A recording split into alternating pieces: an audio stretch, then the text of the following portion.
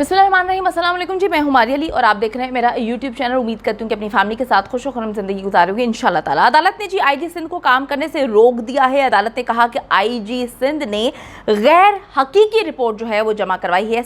IG Sindh से charge वापस लेने का हुक्म दे दिया गया। आप सबको पता है कि पिछली पेशी पे ये बात बताई गई थी, बोला गया था कि जी काम सही अंदाज में करना चाहिए और हम भी इस बात से एग्री करते हैं कि जी सही अंदाज से काम करें। अगर आप काम नहीं कर सकते तो आप बता दें कि जी ये मैं काम नहीं कर सकता। इन्होंने पहले भी कहानियां सुनाई थी आईजी सिंध ने कि जी मैं तो टेम्परेरी हूँ। भाई टेम्परेरी है या परमानेंट है ये मैटर नहीं करता। अगर आप किसी पोस्ट पे आए हैं, आपको कोई पोस्ट मिल गई है तो आपका काम है पूरी जिम्मेदारी के साथ जो है वो काम करें। लेकिन हमारे मुल्क का अलमिया ये है कि पूरी जिम्मेदारी के साथ जो है हमारे मुल्क में जो हमारे पुलिस वाले हैं, मैं चंद की बात करूंगी क्योंकि अक्सर तो जो है अगर उनको इस लेवल पे हो तो वो काम करते हुए नजर आते हैं। और अगर सिंध हाई कोर्ट की हम बात करें तो उन्होंने तो इतने अहकामात जारी कर दिए। उन्होंने पिछली पेशी में भी कहा था कि हर हाल में बच्ची को पेश किया जाना चाहिए। अगर अभी जो है निम्रा काज़मी पेश हो सकती है तो दुआ ज़ारा को पेश क्यों नहीं किया गया। तो सिंध हाई कोर्ट में जब आज दुआ ज़ारा को पेश नहीं किया गया, उसके बाद अदालत ने आईजी सिंध कामरान फजल से चार्ज लेने का हुक्म जारी कर दिया गया था।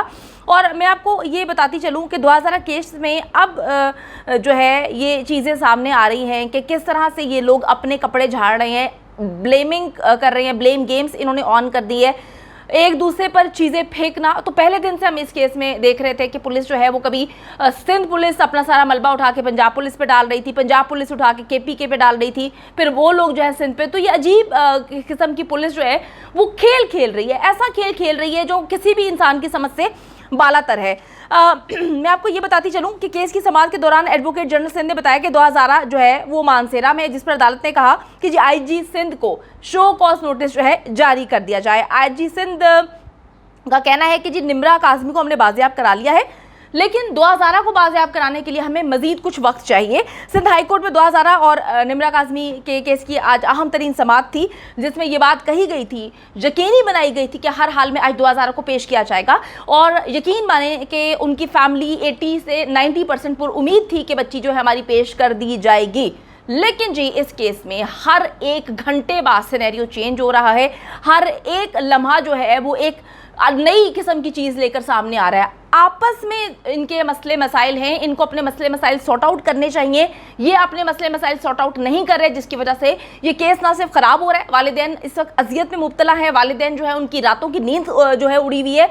यकीन माने कि किस तरह से गंदा खेल खेल रहे हैं, हमारी समझ से तो बालातर है। आईजी सिंध ने कहा है कि जी हम तो अपनी कोशिशें कर रहे हैं, मज़ीद कोशिशें हम कर सकते हैं और हम मुकम्मल तौर पे जो है इन्वेस्टिगेशन कर रहे हैं, छापे मार रहे हैं, 3 से 4 सूबे जो है मिलकर काम कर रहे हैं, हम ये कर रहे हैं वो कर रहे हैं। देखिए जी ये कर रहे हैं वो कर रहे हैं, ये तो कहानियाँ बहुत सारी चीज़ें सुनाई जाती हैं। बात ये है कि नज़र क्या आ रहा है। जब रिजल्ट नज़र नहीं आ रहा तो फिर कुछ भी आप कह दें कि हम ये कर रहे हैं, हम पहाड़ तोड़ रहे हैं, हम रातों को नहीं सो रहे, हम फलां कर रहे हैं, ऐसा कुछ भी नहीं होता। तो इस वक्त जी अभी तक की जो अहम खबर है, अदालत ने आईजी सिंध को काम करने से रोक दिया है। अदालत ने कहा है कि जी इन्होंने गैर हकीकी रिपोर्ट जमा कराई है, इस वक्त इनसे चार्ज जो है वो वापस ले लिया गया है। आईजी साहब जो हैं वो कहीं से भी नहीं लगता कि वो काम करने में उनकी दिलचस्पी है, वो बहुत ज़्यादा लाइट ले रहे थे। मेरे ख्याल में उनके लिए बहुत इजी चीज़ है कि अगर किसी की बेटी जो है वो लापता है, गायब है, अगवा हो गई है, इनके लिए ये शायद रूटीन की चीज़ है, नॉर्मल चीज़ें हैं। लेकिन अगर हम वालिदैन की साइड पर आके देखें तो जिस तरह से आज काज़मी साहब को मैंने देखा, मैं काफ़ी देर के लिए यकीन माने कि मुझे ऐसे लगा कि मेरे पास ज़ुबान ही नहीं है, मैं बोलने और सुनने समझने की मेरी हालत ही नहीं थी। जो उनके मैंने क्लिप्स देखे हैं, यकीन करें कि मेरा दिल जो है वो टूट गया है। लेकिन मैं फिर ये बात बोलूँगी कि इंसान जो है वो इतना कमज़ोर नहीं है कि वो इतनी जल्दी टूट जाए। आखिरी दम तक लड़ना है और जब तक बच्ची आ नहीं जाती इनके पास, इनको भी लड़ना है और हम सबको लड़ना है। क्योंकि अगर आज इनकी बच्ची गायब हुई है, अगवा हुई है, तो कल को हमारा बच्चा भी हो सकता है। अजीबोगरीब किस्म की कहानियां सुना देते हैं। अब जी पिछली समाअत पे ये जो आईजी साहब हैं, इन्होंने बोला था मैं टेम्परेरी आईजी हूँ, इनके पास हर चीज़ का जवाब होता है। पुलिस की गफलत की वजह से अभी तक ये केस ख़राब हो रहा है। अगर मैं ये कहूँ कि पुलिस जो है वो किसी सूरत सही अंदाज में काम करती हुई नज़र नहीं आई तो ये गलत ना होगा। पुलिस क्या कर रही है जी, अपने कपड़े झाड़ झाड़ के बाकी सारों को जो है इन्वॉल्व कर रही है। हकीकत नहीं बता रही, फैमिली को भी हकीकत नहीं बता रही, मीडिया में भी हकीकत नहीं बता रही, अदालत में भी जो है कहानियां सुना रही है, पुलिस मुसलसल कहानियां सुना रही है। यकीन माने कि इस केस में अब तीसरा आईजी जो है वो आने वाला है। तीनों सूबों की पुलिस जो है मिलकर भी पूरी जो फोर्सेस लगाई हुई, इन्होंने जो पुलिस फोर्स है वो लगाई हुई है, और तीनों सूबों के जो आईजीज हैं वो मिलकर भी 2000 को बाजियाब इनके मुताबिक नहीं करवा पाए। पुलिस असल कहानी असल में छुपा रही है, असल कहानी कुछ और है जो वो किसी को भी नहीं बता रही। असल जो है गेम ये है कि किसी आला शख्सियत को बचाने की कोशिश की जा रही है। क्या मसले मसाइल हैं, किसको बचाने की कोशिश की जा रही है, वो किस लेवल पे है, वो कौन है, ये तो पुलिस ही जवाब दे सकती है। लेकिन जी आपस में एक दूसरे पर ये मलबा डालने की कोशिश करें। पुलिस के अंदर से जी मुखबरी हो रही है। क्या करते हैं कि जी ये जहां पर बकौल इनके पता नहीं, कहते हैं ना कि शेर आया, जब शेर आता है तो यकीन नहीं आता। अब ये कितना सच बोल रहे हैं तो अल्लाह बेहतर जानता है, हमें तो कोई बात समझ नहीं आ रही कि ये क्या कर रहे हैं और ये क्यों गेम्स खेलने पे लगे हुए हैं।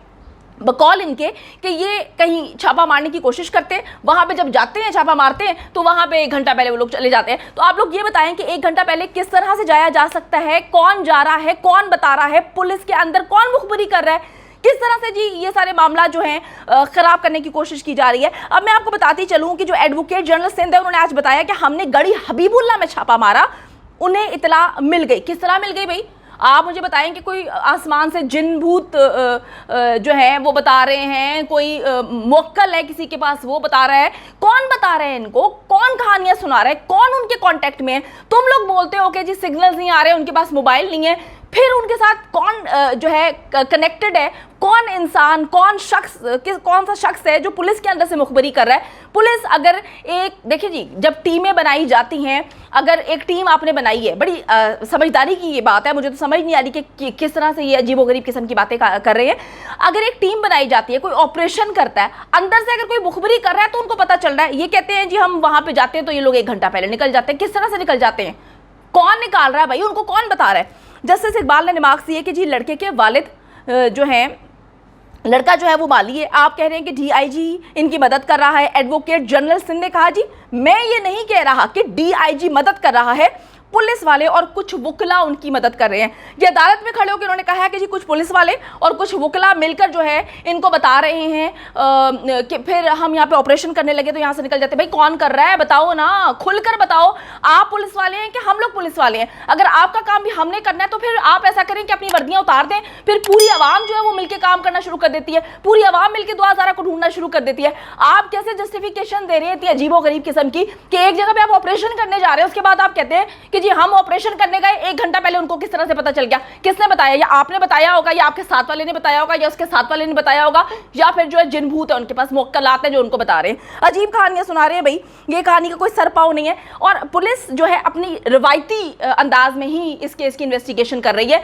वालिदैन पे क्या गुजरी है किसी को कोई फर्क नहीं पड़ता, कोई लेना देना नहीं है। अवाम कितनी जो है टूट रही है इस केस में उनको फर्क नहीं पड़ता। अब जरा ये क्लिप आप देखें कि हमारी पुलिस हमारे आम शहरियों को किस तरह से ट्रीट करती है।